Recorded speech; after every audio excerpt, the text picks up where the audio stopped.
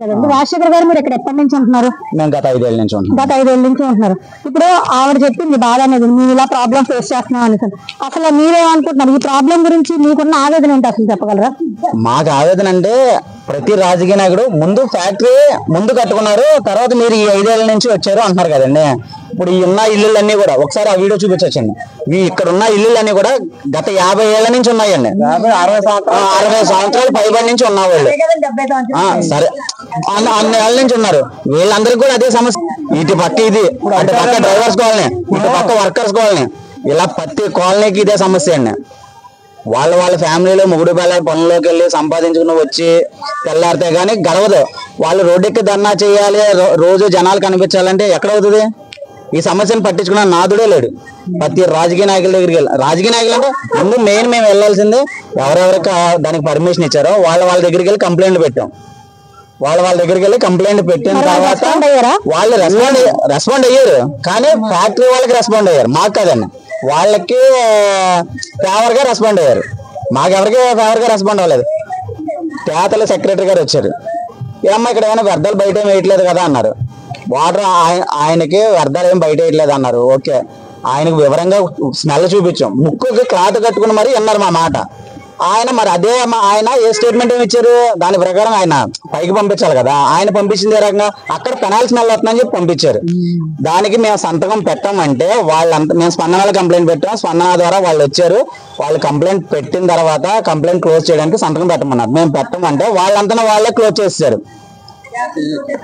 అదే విషయం మేము అడిగాం కూడా. అంటే మీరు కంప్లైంట్ పెట్టిన తర్వాత కంప్లైంట్ వాళ్ళంతటా వాళ్ళు క్లోజ్ చేస్తారు. మాకు మెసేజ్ వచ్చిందండి, మాకు ఆ ప్రూఫ్ కూడా ఉంది. వాళ్ళు కంప్లైంట్ క్లోజ్ చేస్తారు, మేము సైన్ చేయలేదు దాని మీద. మరి వాళ్ళు వచ్చి వెరిఫై చేశారు. మాకు ఆ కంప్లైంట్ మాకు దానికి సొల్యూషన్ దొరుకుతాయని మేము సంతకం పెట్టమన్నాం. అయినా సరే దానికి క్లోజ్ చేస్తారు. మీ దగ్గర ప్రూఫ్స్ ఉన్నాయా? ప్రతి ప్రూఫ్ ఉంది. మేము కంప్లైంట్ పెట్టిన పేపర్ల కానించి ఎంఆర్ ఆఫీస్ దగ్గరికి వెళ్ళాం, కలెక్టర్ ఆఫీస్కి వెళ్ళాం, పేపర్ల సెక్రటరీ గారి దగ్గరికి వెళ్ళాం, ఎమ్మెల్యే గారి దగ్గరికి వెళ్ళాం, ఇంకా పోలీస్ స్టేషన్కి వెళ్ళాం, ప్రతి చోటుకి వెళ్ళాం. అందరూ కూడా ఫ్యాక్టరీ యజమానికి ఫేవర్ గా మాట్లాడే వాళ్ళే కానీ జనాల కోసం మాట్లాడే. దాంట్లో 200 మంది వర్కర్స్ ని పని కల్పిస్తున్నాను అన్నాడండి. ఇక్కడ 2000 మంది రోడ్డు మీద పడిపోతారు. 2000 అంటే ఇంకా ఎక్కువ, 10,000 మంది ఉంటారు దగ్గరగా. అంటే మా కాలనీ వరకు 2000 మంది ఉంటారు. అలా ఈ చుట్టుపక్కల ఉన్న కాలనీలన్నీ కలిపితే దగ్గర 10,000 మంది పైన ఉంటారు. అది ఎక్కువ. మేము లక్షల్లో కట్టుకునే ఇల్లుకి మాకు ఎక్కువ.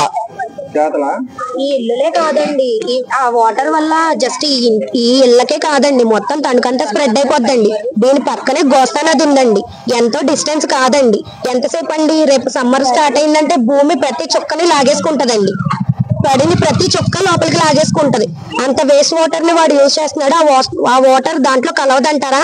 తణుకంతా స్ప్రెడ్ అవదంటారా? స్ప్రెడ్ అయిన రోజున తెలుస్తుందండి. అయిపోయిన తర్వాత బాధపడద్దు. అందరూ ఇప్పుడే రండి. ఇప్పుడు 10 మంది నిలబడ్డారు అనుకోండి, వెనకాల 100 మంది అయినప్పుడు బలం పెరుగుద్దండి. మీరు 10 మంది మీద యాక్షన్ తీసుకుంటారు. 100 మంది అయితే తీసుకుంటారండి, 200 మంది అయితే తీసుకుంటారా?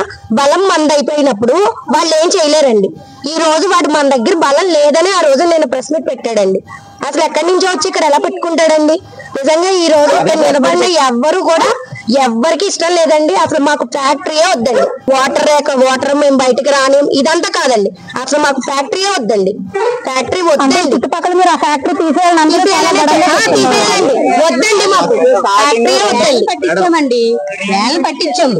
ఒకసారి పట్టించాం, ఒకసారి వెళ్ళింది. రెండోసారి వచ్చినప్పుడు వ్యాన్లు 3 వ్యాన్లు ఉన్నాయి. 3 వ్యాన్లు 2 వ్యాన్లు కడుపుతూ ఉన్నాడండి. 2 గేదెలు కడుపుతూ ఉన్నాయి. అంటే ఒట్టుకొని మనం అదించేస్తున్నాం అని అన్నారు. కాదండి, వాళ్ళకి నచ్చినట్టుగా ఈ చుట్టుపక్కల గేదెలన్నీ కూడా కొనేస్తున్నారు. మెయిన్ ఏంటంటే పర్యావరణమే కాదండి, మాకు పశువులు కూడా దాని సంతానం అంతా అదించిపోతుందండి. కాదు, పర్యావరణం గురించే కాదు మాట్లాడుకోండి, పశు సంపద అండి మాకు ఇదంతా. పశు సంపద కూడా ఉండదు మనకి. పాలిచ్చే గేదెలు, కడుపుతో ఉన్న గేదెలను కూడా వాళ్ళు వధించేస్తున్నారు. వాళ్ళు ఏంటంటే ఇక్కడ ఉన్నవన్నీ కూడా నాశనం చేద్దామని వచ్చారండి. వాళ్ళు బాగుపడుతూ ఇక్కడ ఉన్నవన్నీ కూడా నాశనం చేసేద్దామని వచ్చారు. ఇప్పటికైనా సరే ఇప్పుడు అందరూ అధికారులందరూ పుంజుకొని మాకు ఆ ఫ్యాక్టరీ వద్దనే అనుకుంటున్నాం. మా ప్రజలు కూడా అంగీకారం తీసుకోవాలి కదండి.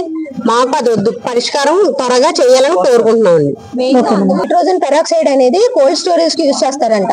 అది వన్స్ ఒకసారి బ్లాస్ట్ అయితే కనుక తనకంత రూపురేఖ లేకుండా అయిపోతుందంట. ఇలాంటి సెన్సిటివ్ విషయాలు తెలీదండి అసలు. అది మెయిన్ అదంతా జరుగుతుందంటే కనీసం ఆ మాత్రం అందులో ఏముంది, ఎలాంటి పరికరం ఉపయోగిస్తున్నారు, ఎలాంటి మిషనరీ ఉంది, ఎలాంటి వాడుతున్నారు అనేది ప్రతిదీ కూడా చాలా సెన్సిటివ్ విషయాలు కదా. అలాంటి ఎంత ఇబ్బంది అవుతాయండి. మేము ఓన్లీ ఆ వాటర్ భూమిలోకి వెళ్తున్నాం. ఆ వాటర్ భూమిలోకి వెళ్తేనే అది తాగితేనే మాకు ఇబ్బంది అవుతుంది అంటున్నాము. దాన్ని మించింది నైట్రోజన్ పెరాక్సైడ్ ఇంకా ప్రాబ్లం అంటున్నారు. అవన్నీ ప్రతిదీ అధికారులు చూస్తారు కదా.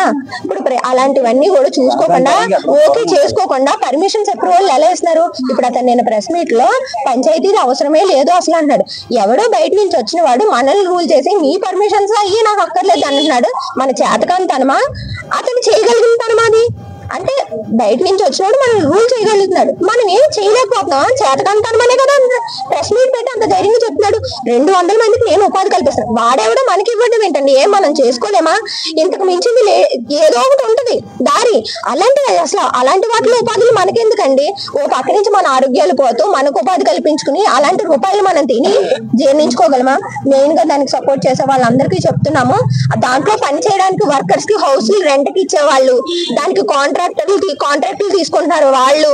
దానికి సంబంధించి చాలా ఒక టీం వర్క్ జరుగుతుందండి. వాళ్ళందరికీ చెప్తున్నాం, మేము బాధతో చెప్తున్నాము.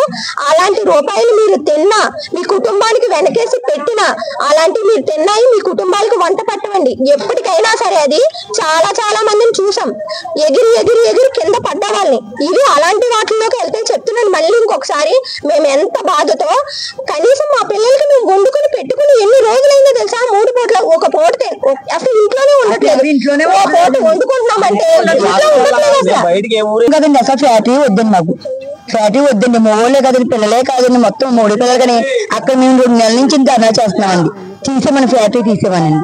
ఆ ఫ్యాక్టరీ తీస్తేనే మాకు ముక్తి పరిష్కారం అండి. ఆ ఫ్యాక్టరీ తీసేదాకా తీయాలని మేము ఆ ఫ్యాక్టరీ ఎదుర్కొంటూ ధర్నా చేసేదండి. ఏంటంటే పిల్లల్ని పంపించుకోవడానికి కూడా మాకు లేదండి. అసలు పిల్లలు కూడా మేము వెళ్ళాం, అసలు ఇక్కడ నుంచి ఎక్కడికైనా వెళ్ళిపోవచ్చు అని అంటారండి. మేము ఆ ఇల్లు మేము కట్టుకుని 1 లక్షల పోసి ఇల్లు కట్టుకుని మేము ఎక్కడికి వెళ్ళిపోతామండి? వడ్డీ పోసి ఇల్లు కట్టుకుని ఎప్పటి నుంచో ఈ 1 సంవత్సరం 2 సంవత్సరాల నుంచి కదా, ఇది తరతరాల నుంచి ఉంటుందండి. మాకు డ్రైనేజీ కూడా నాడింగా లేదండి. వాటర్ ఎటు వెళ్దాం, ఆ పక్కన అక్కడి నుంచి వదిలిన వాటర్ కూడా మా డ్రైనేజీలోకే వస్తుంది. ఒక్కసారి అక్కడికి వచ్చి చూడండి, ఆ డ్రైనేజీ ఎంత వాసన వస్తుందంటే కనీసం ముక్కు మూసుకుని దాటలేకపోతున్నామండి. డ్రైనేజీ ఈ ఫ్యాక్టరీ కాడికి వెళ్ళడం వచ్చిన కాడి నుంచి 24 గంటలు తిరుగుతూనే ఉన్నాయి. ఇంటికాడ ఇల్లు వదిలేసి వెళ్ళిపోలేం కదండి. ఆడవాళ్ళు 30 సార్లు తిరుగుతున్నాయి, ఇంటికి అక్కడికి అది నడవలేకపోతున్నామండి. ఆ డ్రైనేజీ దగ్గర ఆ వాసన ఒక్కసారి చూడండి, మీరే ఉండలేదు. అందరూ కాబట్టి చెప్తున్నారు కదా వాసన సరి చేసేస్తాం, వాసన రాకుండా చూస్తాం అన్నారు. కానీ ఫ్యాక్టరీ తీంతా అన్న నాయకులు ఎవరు లేరు. మేము తీందా అమ్మ మీకు ఎందుకన్న వాళ్ళు ఎవరు లేరు. వాసన రాకుండా జాగ్రత్తలు తీసుకుంటాం, కాలుష్యం అవ్వకుండా జాగ్రత్తలు తీసుకుంటాం అంటున్నారు. మాకు అవన్నీ ఎందుకండి? అసలు ఇక్కడ ఎందుకు పెట్టారు ఫ్యాక్టరీ? చేశారు దానికోసం ధర్నా చేశారండి. మగవాళ్ళు అందరూ చేశారండి. చేసాక 2 సార్లు ఆపారండి, మళ్ళీ తీసేదండి. అంటే ఏం చేయలేరు కదా, చేతగానం కానీ ప్రజలు కదా, తెంగరెవరో ఏం పట్టించుకోలే, మనం కంటిన్యూ చేసేద్దాం ఫ్యాక్టరీ అని అనుకుని చేశారండి. ఎందుకని మేము కేవలం పట్టించే కూడా ప్రభుత్వం పట్టించుకోకపోతే ఇంకేం చేయమండి? మేము 4 స్టేషన్లంట ఎక్కడికక్కడ తిరుగుతాం, పిల్లల్ని వేసుకుని తిరుగుతున్నాం. చిన్న పిల్లలండి, మాకు ఎవరు చూస్తారని చెప్పండి ఒకసారి. పిల్లలతో పాటు మేము అక్కడే పెడుతున్నాం టెంట్లో పడి. పొద్దున్న నుంచి నైట్ వరకు నైట్ పడుకున్నారండి.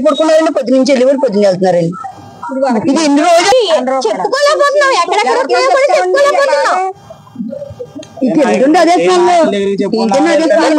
వాళ్ళు చెప్పుకునేవారు, మాట్లాడినవారు. ఇదివరకు ప్రశాంతంగా ఉందమ్మా, మీది మీ ఆలయం వేరే అండి. ఈ మధ్యలో కంపు వచ్చేస్తుందమ్మా ఏంటని అడుగుతున్నారండి. ఎవరన్నా అమ్ముకుంటాకు వచ్చినా ఏమన్నా చేసినా ప్రశాంతంగా ఉన్నది అలాగే ఇలాగని ఇవ్వరండి. ఇప్పుడేమో ఒళ్ళు దురద వచ్చేస్తున్నాయి ప్రతి ఒక్కళ్ళు ఇదే మాట అండి. ఆడవాళ్ళు ఎక్కడని చెప్పుకుంటారండి అవన్నీ. చూసారు కదండి ఇక్కడ ప్రజల ఆవేదన.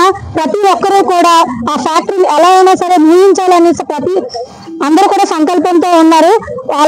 వాళ్ళ ఆవేదన ప్రభుత్వానికి చేరాలని ప్రతి ఒక్కరూ కూడా ఎంత దూరమైనా వెళ్తామని వాళ్ళు అంటున్నారు. ఒకసారి వినండి, ఒకసారి విని వాళ్ళ యొక్క ఆవేదన తెలుసుకోమని ప్రభుత్వానికి వాళ్ళందరూ విన్నపిస్తున్నారు. ఒకసారి వాళ్ళు చెప్తున్నారు, వినండి. మేము అక్కడ దాని గురించి వాళ్ళు ఫోర్స్ ని దింపారు.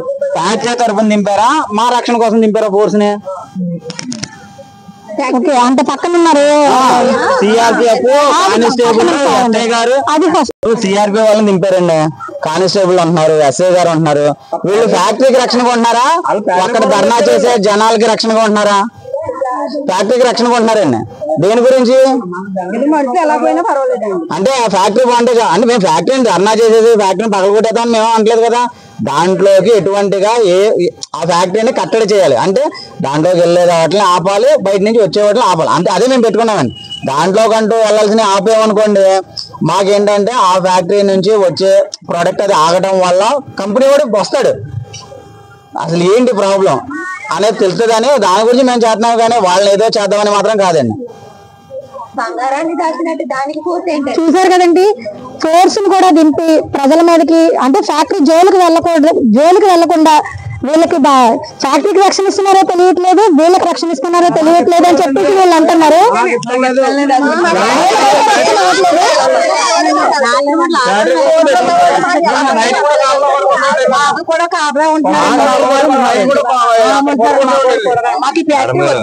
ఇటువంటి ఎమ్మెల్యేలను ఏ ప్రభుత్వం ఎంకరేజ్ చేస్తే నెక్స్ట్ జనరేషన్ కి గేదెలు ఉంటాయా, పాలు ఉంటాయా అని చెప్పుకునే పరిస్థితికి వచ్చేలా ఉంది సార్ మేడం గారు.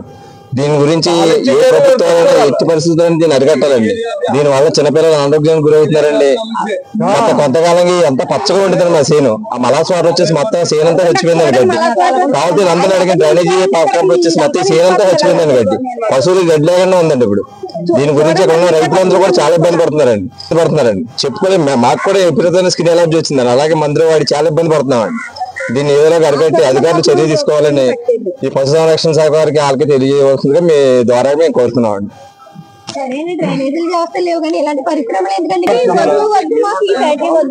ఒకసారి అందరూ వచ్చి